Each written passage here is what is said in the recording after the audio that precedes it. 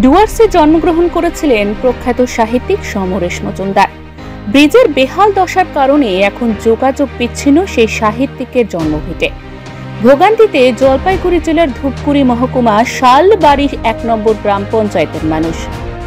গয়েরকাটা থেকে নাথুয়া যাওয়ার একমাত্র যোগাযোগের মাধ্যম নোনাই নদীর উপর অবস্থিত এই ব্রিজ, কিন্তু ব্রিজটির ভগ্নপ্রায় অবস্থার জন্য যান চলাচলে নিষেধাজ্ঞা জারি করা হয়েছে।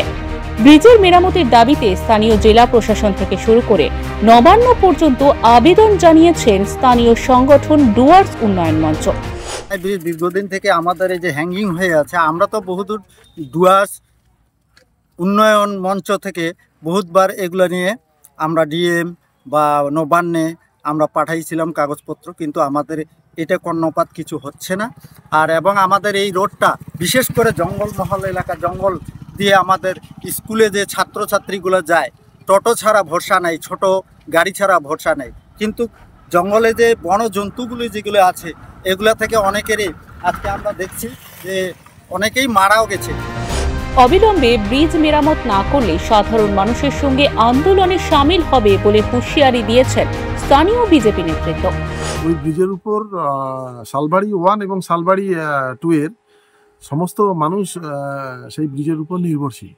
চাষিরা পণ্য ঘুরিয়ে আনছে, প্রচুর ব্যয় হচ্ছে এবং জরুরি পরিষেবা অ্যাম্বুলেন্স এবং ফায়ার ব্রিগেড ঢুকতে পারছে না।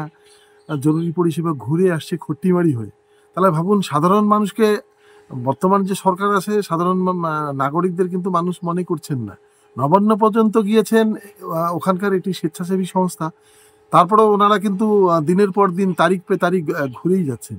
তাই আমরা ভারতীয় জনতা পার্টির পক্ষ থেকে বলতে চাই যে অনতিবিলম্বে সেই ব্রিজটি সঠিকভাবে নির্মাণ হোক এবং সাধারণ মানুষের জন্য অবাধ যাতে চলাফেরা হয় সেই জন্য অনতিবিলম্বে খুলে দেওয়া হোক।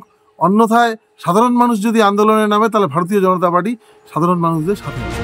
কবে ব্রিজটি সংস্কার করে চালু হয় সেই অপেক্ষায় রয়েছেন স্থানীয় মানুষজন। জলপাইগুড়ি থেকে উজ্জ্বল হরের রিপোর্ট, ওঙ্কার বাংলা।